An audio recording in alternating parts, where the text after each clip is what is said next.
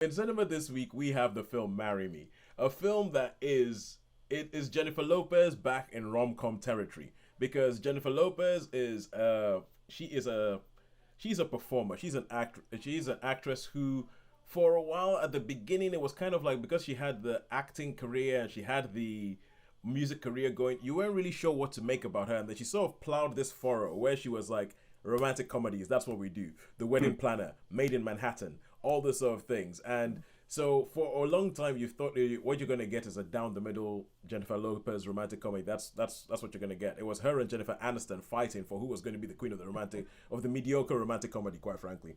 And then Hustlers came out a couple of years ago, and all of a sudden it was like, oh my god, God, give her an Oscar! Oh my, she's actually good again. And this is her back in romantic comedy territory, but with a crazy, crazy plot. Which, Taiwo, have you heard the plot of this film? Yes, because you mentioned it last week before Yeah, you. I mentioned it last week. After mentioning it, I thought, you know what? Well, there were three choices of films to see this week, and this was the one that had the most convenient starting time for me to actually go see it. But at the same time, I thought I mentioned it last week. I might as well go see it. So she plays a world famous music star called Kat Valdez, and she is in a relationship with this guy who's called Bastian. And they decided they're going to get married. They write this song called "Marry Me" about them singing to each other about them getting married, and they are going to get married on stage in front of the whole world that is live streamed around the world to 20 million people at a concert. So she has a dress done, they have everything done. It's this big thing, and it's all gonna go on. And then right before she gets onto stage, she, sorry, baby crying. Hang on a second, Claude's. Is she okay? Okay, cool, good.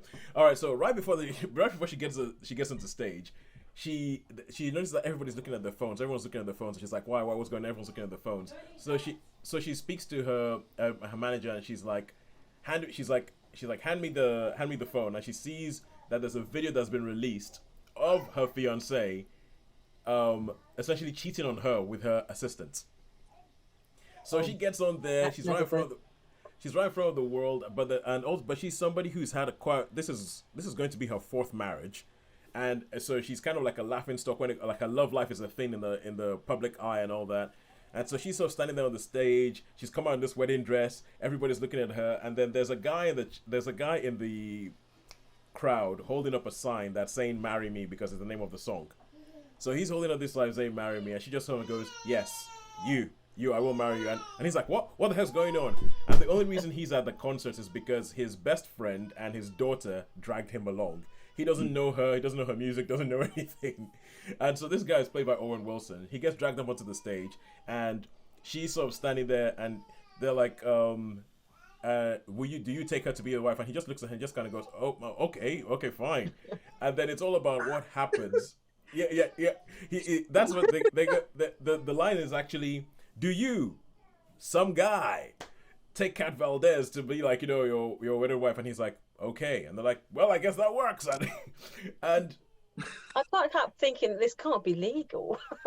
that you should know, that's what I was thinking as well. I was thinking like this probably can't be legal, but they already had somebody. So and they do address that in the film. They do address that in the film. Oh, Okay.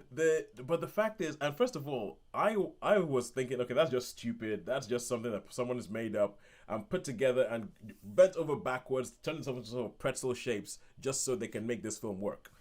And then but then you think about the fact that we have TV shows like Married at First Sight, Yeah. and this kind of stuff happens. So I was thinking, okay, maybe there's something in here. Maybe there's something in here. And so it goes into a little bit of it goes into a little bit of a examination of fame and social media and what that means, and if somebody is that famous, do they really have their own life, or is it actually just a prison? And it goes a little bit. It doesn't go too much into it.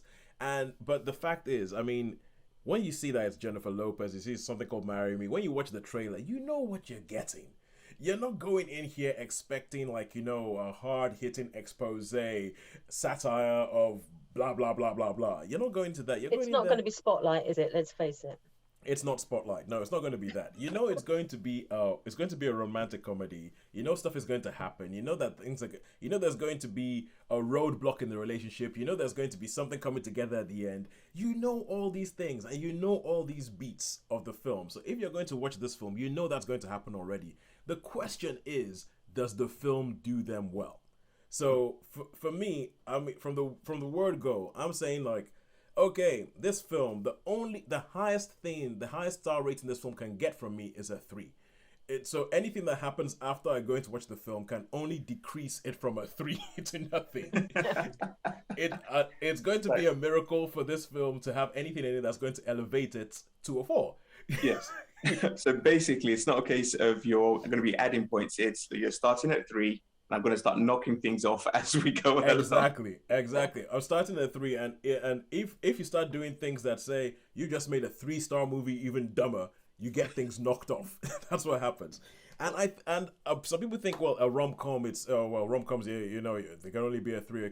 But I saw a rom-com the other week called Playing It Cool that has a great cast and wastes them. It has Chris Evans in it. It has Michelle Monaghan, who I think should be a bigger star. It has Topher Grace. It has Patrick Warburton.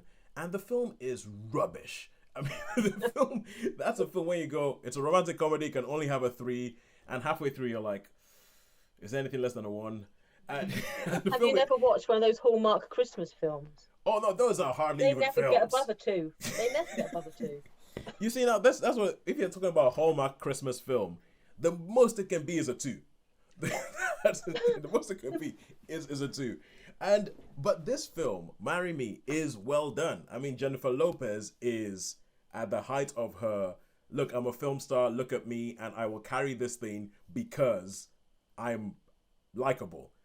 Same thing with Owen Wilson. Owen Wilson doing his whole kind of like, you know, surfer dude kind of thing where it's just the kind lovable of like, doofus. Yeah. Exactly. Where and it's kind of like, it's a film that rises and falls on star power. If you didn't have Jennifer Lopez and Owen Wilson, I'm not sure it would work. And it's funny because I find at the end of the film it says based on the graphic novel. And if you know anything about graphic novels like that? I know. And this is the thing. I was so shocked. I was like, what?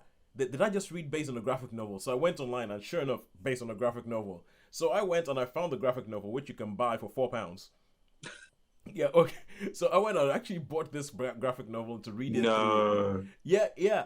And sure enough, the graphic novel is a lot more cynical. The graphic novel is a lot more cynical. It's a lot more satirical. It's a lot more kind of like, you know, the hard-hitting thing. Like the age of the starlet in the graphic novel is 24. So it's kind of like an impulse. So when she marries this guy, it's presented more in the graphic novel as a sort of impulsive Britney Spears type moment, as opposed to like, you know, Jennifer Lopez has been married 4 times, all that kind of stuff. But I think that this film, I would recommend it. It keeps its 3 stars. It keeps the 3 stars all the way through. I think some of the musical sequences are great. Jennifer Lopez, there's a whole extended sequence of her on stage where you're just kind of like, dang, this woman still got it. She is still got it. You're like, she is. I would go to her concert. Essentially, that's the kind of thing that you do. I remember, and this is obviously, I'm a man who, when I saw Hustlers, I described her entrance in Hustlers as one of the all-time great character introductions in cinema history. But there's something about Jennifer Lopez. She can bring it. She knows what she brings when she comes to a project, and she does it here.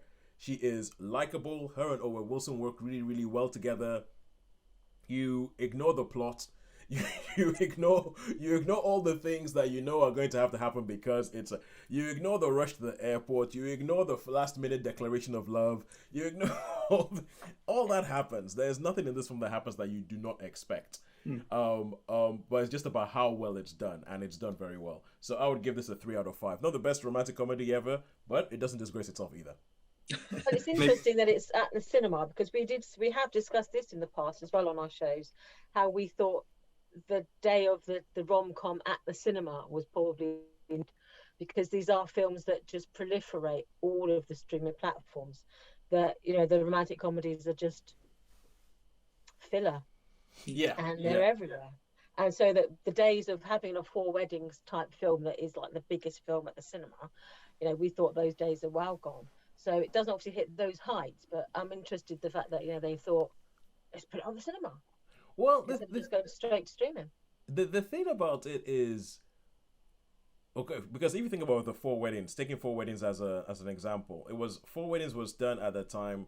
It was the biggest film in the that year, but also it was made with people who were not particularly recognized stars. Like Hugh Grant wasn't a massive name at that time. No. Andy McDowell wasn't a massive name at that time, and it was still. So I think the only reason this film was in cinemas is because it's Jennifer Lopez. Quite frankly, is because it's Jennifer Lopez, and you want to go see that star on screen. And but apart from that, yeah, I agree with you. It probably wouldn't find a place in the cinema. But okay, let me put it this way. Let me explain why this film is in cinemas. There is a scene in this film where you know the poster of the film The Graduate that has Dustin Hoffman, and then but he's framed in Anne Bancroft's leg. There's a shot in this film where you have Owen Wilson. It's kind of similar. Owen Wilson sort of framed in Jennifer Lopez's leg. And at that point, I heard somebody in the cinema behind me go, "Whoa!" They weren't rubbing their hands together, were they? Well, no, that's the thing. I'm not. Okay, because obviously there's a stereotype, but I think this person, and take from this what you will, I think this person was female, who just went whoa, and I was like, that's why this film is in cinemas. You want that as big a screen as possible because it's Jennifer Lopez and the woman is some kind of weird. Essentially, when you talk about movie star quality, how in the 50s and everything you could sell a film on movie star quality, Jennifer Lopez is one of the few people I think who can do that today. And that's why the film's in cinemas.